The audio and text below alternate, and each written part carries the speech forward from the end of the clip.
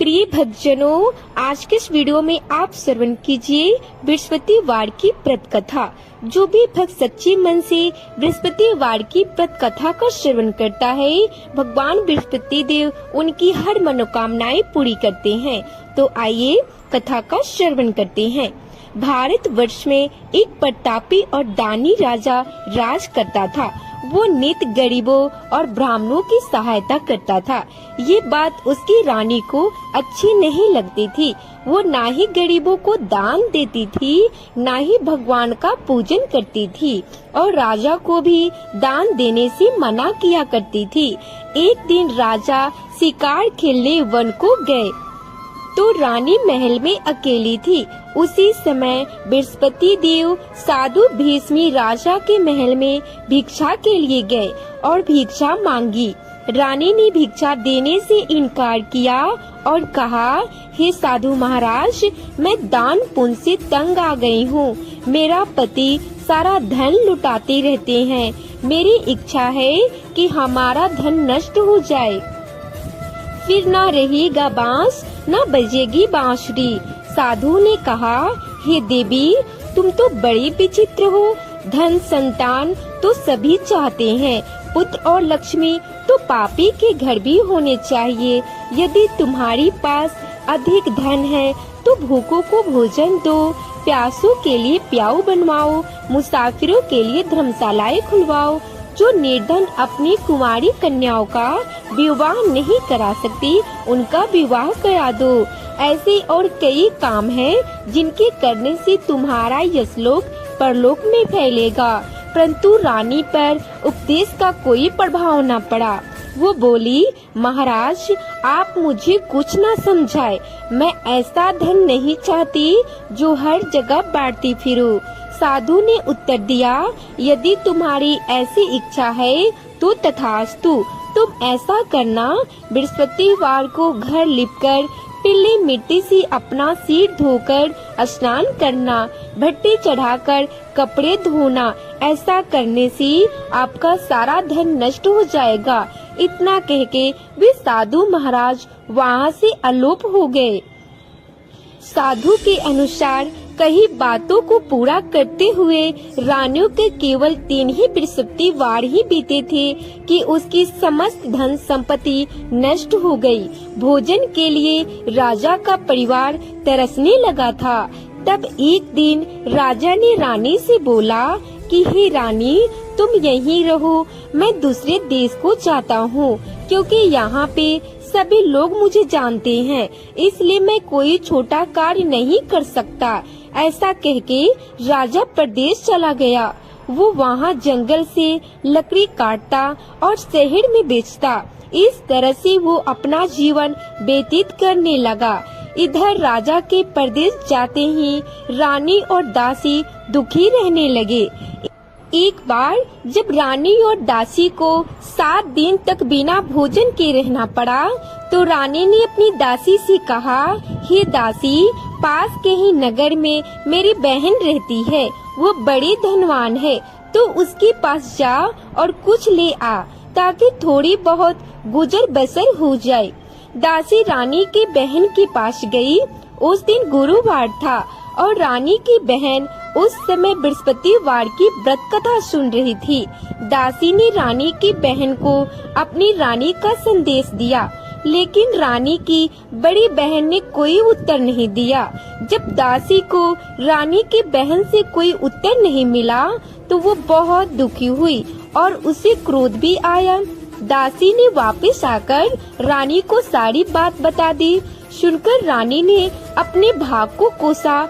उधर रानी की बहन ने सोचा कि मेरी बहन की दासी आई थी, परंतु मैं उससे नहीं बोली, इससे वो बहुत दुखी हुई होगी। कथा सुनकर और पूजन समाप्त करके वो अपनी बहन के घर आई और कहने लगी, हे बहन, मैं बृहस्पतिवार की व्रत कथा कर रही थी। तुम्हारी दासी मेरे घर गई थी, परंतु जब तक कथा होती है तब तक ना तो उठते हैं और ना ही बोलते हैं, इसलिए मैं नहीं बोली। कहो दासी, क्यों गई थी?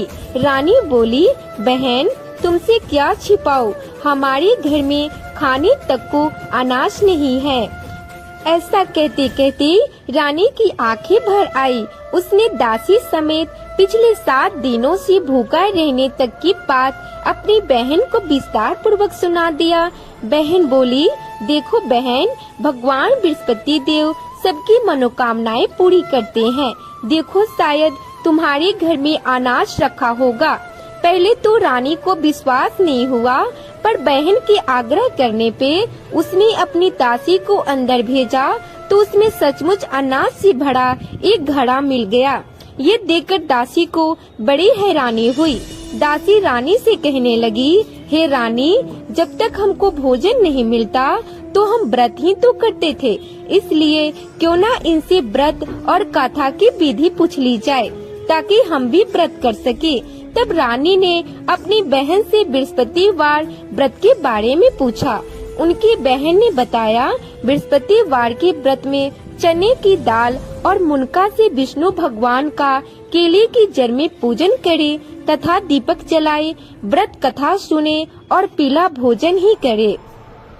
इससे बृहस्पति देव प्रसन्न होते हैं। व्रत और पूजन विधि बताकर रानी की बहन अपने घर को लौट गई।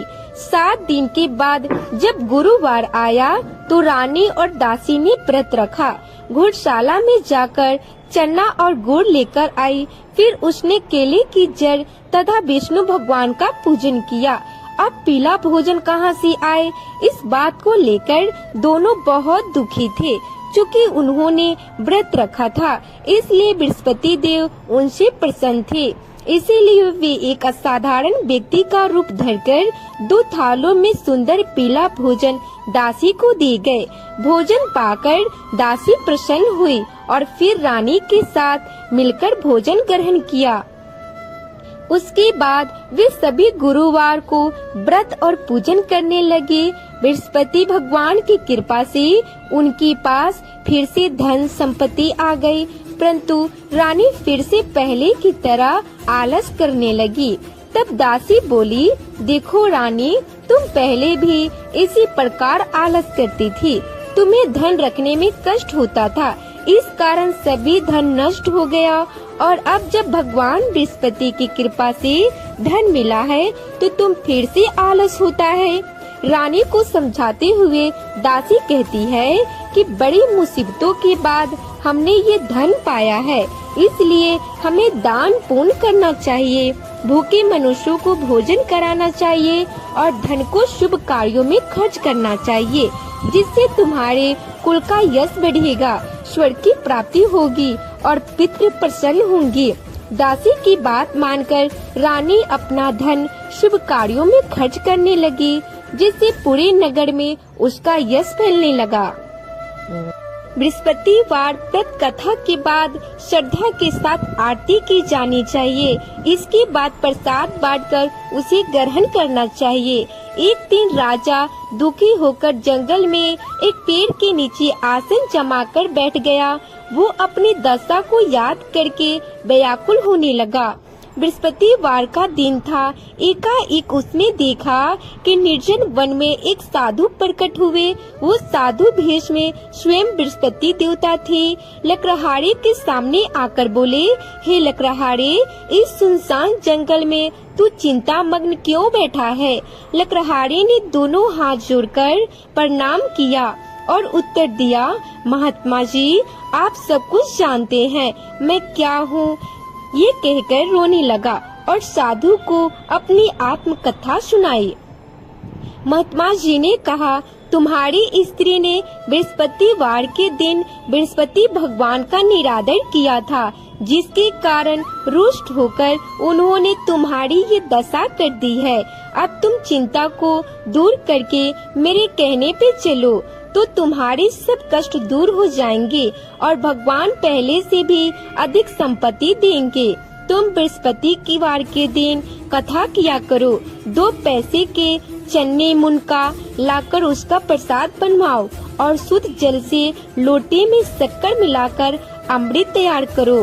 कथा के पश्चात अपने सारे परिवार और सुनने वाले प्रेमियों में अमृत का प्रसाद बांटकर आप भी ग्रहण करो। ऐसा करने से भगवान तुम्हारी सब मनोकामनाएं पूरी करेंगे। साधु के ऐसे वचन सुनकर लकड़हारा बोला, हे प्रभु, मुझे लकड़ी बेचकर इतना पैसा नहीं मिलता जिससे भोजन के उपरांत कुछ बचा सकूं। मैंने रात्रि में अपनी स्त्री को व्याकुल देखा। मेरे पास कुछ नहीं है जिससे मैं उसकी खबर मांग सकूं। साधु ने कहा, हे लकड़हारे, तुम किसी बात की चिंता मत करो। बृहस्पतिवार के दिन तुम रोजाना की तरह लकड़ियाँ लेकर शहर को जाना। तुमको रोज से दुगुना धन प्राप्त होगा, जिससे तुम भली भांति भोजन कर लोगे तथा बृहस्पति देव की पूजा का सामान भी आ जाएगा। इतना कहकर साधु अंतर्ध्यान हो गए। धीरे धीरे समय व्यतीत होने पर फिर वही बृहस्पतिवार का दिन आया। लकड़हारा जंगल से लकड़ी काटकर किसी शहर में बेचने गया। उसे उस दिन और दिन से अधिक पैसा मिला। राजा ने चना, गुड़ आदि लाकर गुरुवार का व्रत किया। उस दिन से उसके सभी कलेश दूर हुए। परंतु जब दोबारा गुरुवार का दिन आया तो बृहस्पतिवार का व्रत करना भूल गया। इस कारण बृहस्पति भगवान नाराज हो गए। उस दिन उस नगर के राजा ने विशाल यज्ञ का आयोजन किया था तथा शहर में ये घोषणा करवा दी कि कोई भी मनुष्य अपने घर में भोजन ना बनाए, आग ना जलाए। समस्त जनता मेरे यहाँ भोजन करने आए। इस आज्ञा को जो न मानेगा उसे फांसी की सजा दी जाएगी। इस तरह की घोषणा संपूर्ण नगर में करवा दी गई। राजा की आज्ञा अनुसार शहर के सभी लोग भोजन करने गए, लेकिन लकड़हारा कुछ देर बाद पहुंचा। इसलिए राजा उसको अपने साथ घर ले आए और ले जाकर भोजन करा रहे थे तो रानी की दृष्टि उस खूंटी पे पड़ी जिस पर उसका हार लटका हुआ था। वो वहाँ पे दिखाई नहीं दिया। रानी ने निश्चय किया कि मेरा हार इस मनुष्य ने चुरा लिया है। उसी समय सिपाहियों को बुलाकर उसको कारागार में डलवा दिया। जब लकड़हारी कारागार में पड़ गया और बहुत दुखी होकर विचार करने लगा कि न जाने कौन से पूर्व जन्म के कर्म से मुझे ये दुख प्राप्त हुआ है, और उसी साधु को याद करने लगा जो कि जंगल में मिला था। उसी समय तत्काल बृहस्पति देव साधु के रूप में प्रकट हुए और उसकी दशा को देखकर कहने लगे, अरे मूर्ख, तूने बृहस्पति देव की कथा नहीं करी, इसी कारण तुझे दुख प्राप्त हुआ। अब चिंता मत कर, बृहस्पतिवार के दिन कारागार के दरवाजे पे 4 पैसे पड़े मिलेंगे। उनसे तो बृहस्पति देव की पूजा करना, तेरे सभी पाप कष्ट दूर हो जाएंगे। बृहस्पति के दिन उसे 4 पैसे मिले। लकड़हारी ने कथा कही। उसे रात्रि को बृहस्पति देव ने उस नगर के राजा को स्वप्न में कहा, हे राजा, तुमने जिस आदमी को कारागार में बंद किया है वो निर्दोष है, वो राजा है, उसे छोड़ देना। रानी का हार उसी खूंटी पे लटका है। अगर तू ऐसा नहीं करेगा तो मैं तेरे राज को नष्ट कर दूंगा। इस तरह रात्रि के स्वप्न को देखकर राजा प्रातः काल उठा और खूंटी पे हार देखकर लकड़हारों को बुलाकर क्षमा मांगी तथा लकड़हारी को युग सुंदर वस्त्र आभूषण देकर विदा कर दिया। बृहस्पति देव की आज्ञा अनुसार लकड़हारे ने अपने नगर को चल दिया। राजा जब अपने नगर के निकट पहुंचा तो उसे बड़ा आश्चर्य हुआ। नगर में पहले से अधिक बाग, तालाब, कुएं तथा बहुत सी धर्मशालाएं, मंदिर आदि बन गई थी। राजा ने पूछा, ये किसका बाग और धर्मशाला है?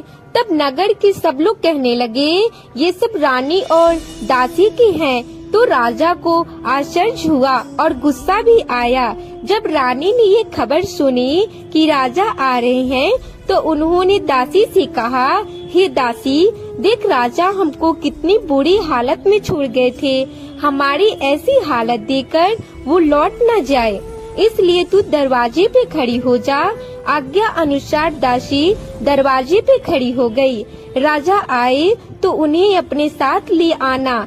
तब राजा ने क्रोध करके अपनी रानी से पूछा कि यह धन तुम्हें कैसे प्राप्त हुआ? तब उन्होंने कहा, हमें ये सब धन बृहस्पति देव के इस व्रत के प्रभाव से प्राप्त हुआ है। राजा ने निश्चय किया कि 7 रोज बाद तो सभी बृहस्पति देव का पूजन करते हैं, परंतु मैं प्रतिदिन दिन में 3 बार कहानी तथा रोज व्रत किया करूँगा। अब हर समय राजा के दुपट्टे में चने की दाल बंधी रहती तथा दिन में 3 बार कहानी कहता। एक रोज राजा ने विचार किया कि चलो अपनी बहन के यहाँ हो आवे। इस तरह निश्चय कर राजा घोड़े पे सवार होकर अपनी बहन के यहाँ चलने लगा। मार्ग में उसने देखा कि कुछ आदमी एक मुर्दे को लिए जा रहे थे। उन्हें रोककर राजा कहने लगे, अरे भाइयों, मेरे बृहस्पति देव की कथा सुन लो। वे बोले, लो, हमारा आदमी मर गया, इसको अपनी कथा की पड़ी है। परंतु कुछ आदमी बोले, अच्छा कहो, हम तुम्हारी कथा भी सुनेंगे। राजा ने दाल निकाली और जब कथा आधी हुई तो मुर्दा हिलने लगा और जब कथा समाप्त हो गई तो राम राम करके मनुष्य उठकर खड़ा हो गया। आगे मार्ग में उसे एक किसान खेत में हल चलाता मिला। राजा ने उसे देखकर और उनसे बोले, अरे भैया, तुम मेरे बृहस्पतिवार की कथा सुन लो। किसान बोला, जब तक मैं तेरी कथा सुनूंगा तब तक 4 हरैया जोत लूंगा। जा अपनी कथा किसी और को सुनाना। इस तरह राजा आगे चलने लगा। राजा के हटते ही बैल पछरा खाके गिर गए तथा किसान के पेट में बड़ी जोर की दर्द होने लगा।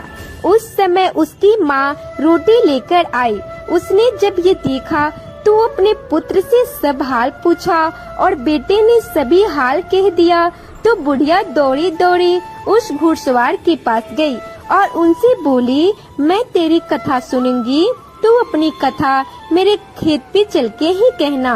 राजा ने बुढ़िया के खेत पे जाकर कथा कही, जिसके सुनते ही वो बैल उठ खड़ा हुआ तथा किसान के पेट का दर्द भी बंद हो गया। राजा अपनी बहन के घर पहुंचा। बहन ने भाई की खूब मेहमानी की। दूसरे रोज प्रातः काल राजा जागा तो वो देखने लगा कि सब लोग भोजन कर रहे थे।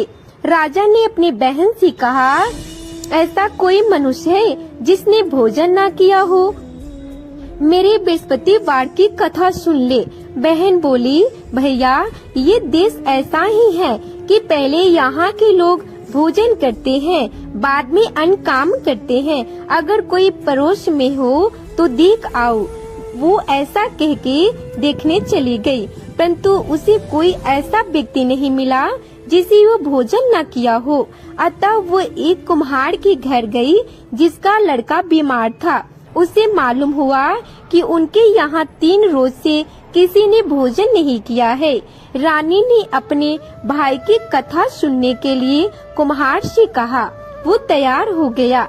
राजा ने जाकर बृहस्पतिवार की कथा कही, जिसको सुनकर उसके लड़का ठीक हो गया। अब तो राजा की प्रशंसा होने लगी। एक रोज राजा ने अपनी बहन से कहा कि हे बहन, हम अपने घर को जा रहे हैं, तुम भी तैयार हो जाओ। राजा के बहन ने अपनी सास से कहा तो सास ने कहा, तू चली जा, परंतु कोई बालक नहीं जाएगा, क्योंकि तुम्हारे भाई के पास कोई औलाद नहीं है।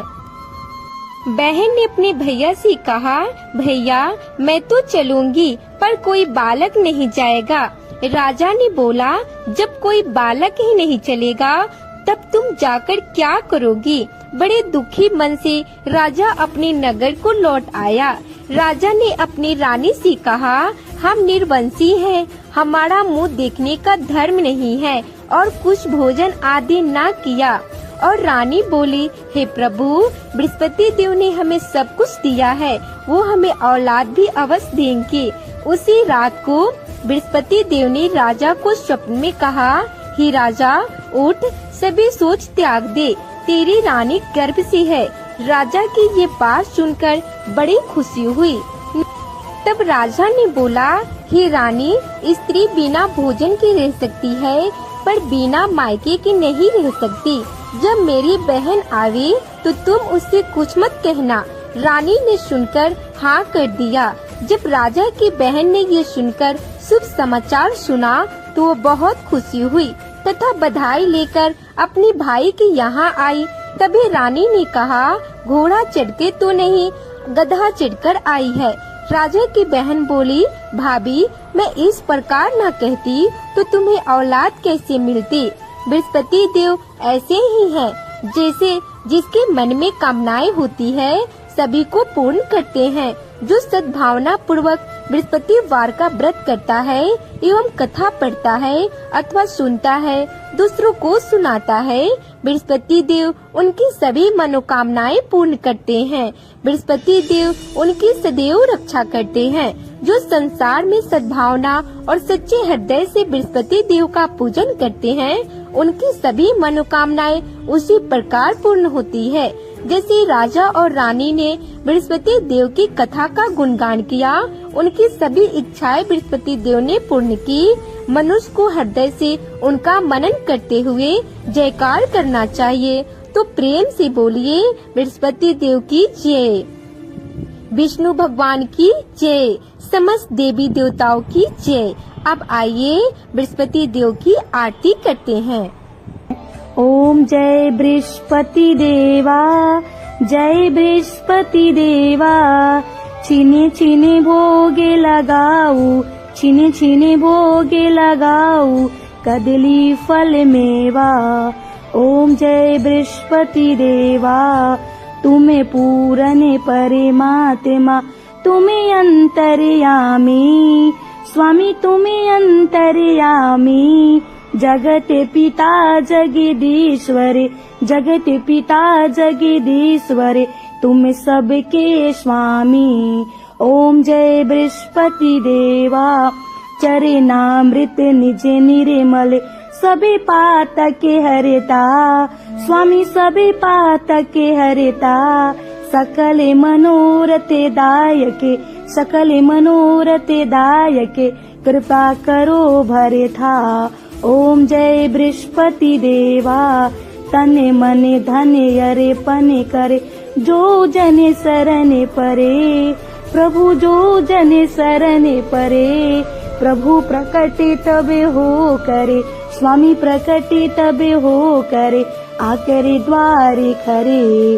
ओम जय बृहस्पति देवा, दीन दयाल दयानिधि, भक्तन हितकारी, स्वामी भक्तन हितकारी।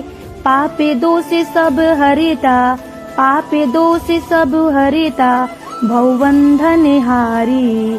ओम जय बृहस्पति देवा, सकल मनोरथ दायक, सकल मनोरथ दायक, सब संयम तारो। ओम जय बृहस्पति देवा, विषय विकार मिटाओ, संतन सुखकारी, स्वामी संतन सुखकारी। ओम जय बृहस्पति देवा।